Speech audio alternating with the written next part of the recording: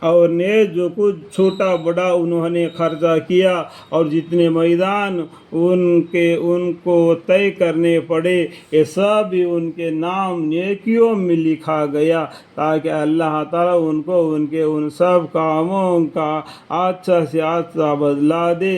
اور ہمیشہ کے لیے مسلمانوں کو یہ بھی نہ چاہیے کہ جہاد کے واسطے سب کے سب ہی نکل کھڑے ہو۔ ایسا کیوں نہ کیا جائے کہ ان کی ہر بڑی جماعت میں سے ایک چھوٹی جماعت جہاد میں جایا کرے، تاکہ باقی معذہ لوگ دین کے سمجھ بوجھ حاصل کرتے رہے، اور تاکہ یہ لوگ اپنی اس قوم کو جب وہ ان کے پاس واپس آوے ڈراوے، تاکہ وہ ان سے دین کی باتیں سن کر بری کاموں سے احتیاط رکھے۔ اے ایمان والو، ان کفار سے لڑو جو تمہارے آس پاس رہتے ہیں، اور ان کو تمہارے اندر سختی پانا چاہیے، اور یقین رکھو کہ اللہ تعالیٰ کی امداد متقی لوگوں کے ساتھ ہے۔ دیکھو یہ آیت کو پکڑ کے لوگوں سمجھتے ہیں کہ الٹے سلٹے باتیں، جو جنگ میں یہ کام ہونا ہی چاہیے۔ اگر جنگ میں تم دشمنوں کو نہیں مارے گا تو دشمن تم کو مارے گا، تو اس لیے دشمن کو تمہارے بارے میں ڈر ہونا چاہیے۔ تو یہ بولتے ہیں اللہ تعالیٰ، اے ایمان والو، ان کفار سے لڑو جو تمہارے آس پاس رہتے ہیں، جو دین اسلام کو مانتے نہیں اور دین اسلام کو نقصان پہنچانے کے لیے اور مومنوں کو نقصان کرنے کی جو کوشش کرتے، ان کو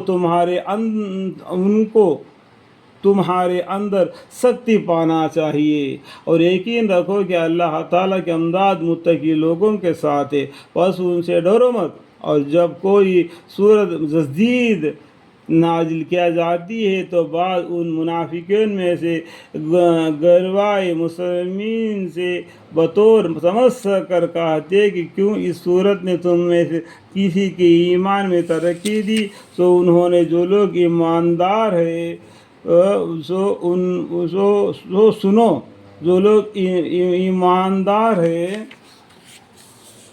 اس صورت نے ان کے تو ایمان میں ترقی دی ہے، اور اس ترقی کے وہ ادارک سے خوشی ہو رہے ہیں، اور جن کے دلوں میں نفاق کا اثر ہے، اس صورت نے ان میں ان کے پہلے گندگی کے ساتھ اور نئی گندگی بڑھا دی، اور وہ حالت کفر ہی میں مر گئے۔ اور کیا ان کو نہیں دکھائی دیتا کہ یہ لوگ ہر سال میں ایک بار یا دو بار کسی نہ کسی آفت میں پنسے جراتے ہیں، مگر پھر بھی اپنی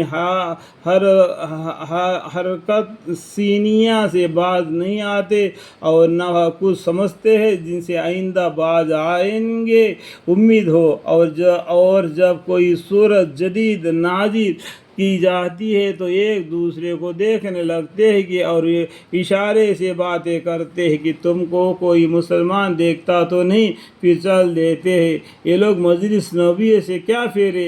خدا تعالیٰ نے ان کا دل ہی ایمان سے پھیر دیا، اس وجہ سے کہ وہ محض بے سمجھ لوگ ہیں کہ وہ اپنی نفع سے بھاگتے ہیں۔ اے لوگو، تمہارے پاس ایک ایسے پیغمبر تشریف لائے جو تمہاری جنس بشیر سے ہے، جن کو تمہاری معذرت کی باتیں نہایت گران گزرتی ہے، جو تمہاری منافعات کے بڑے خواہش مند رہتے ہیں۔ یہ حالت تو سب کے ساتھ ہے، بالخصوص ایمانداروں کے ساتھ بڑی ہی شفیق اور مہربان ہے۔ پھر اگر یہ روگردانی کرے تو آپ کہہ دیجیے کہ میرا کیا نقصان ہے، کہ میرے لیے تو اللہ تعالیٰ حاضر و ناصر کافی ہے، اس کے سوا کوئی معبود ہونے کے لائق نہیں۔ میں نے اس پر بھروسہ کر لیا، اور بڑے بھاری عرش کا مالک ہے۔ الحمدللہ رب العالمین۔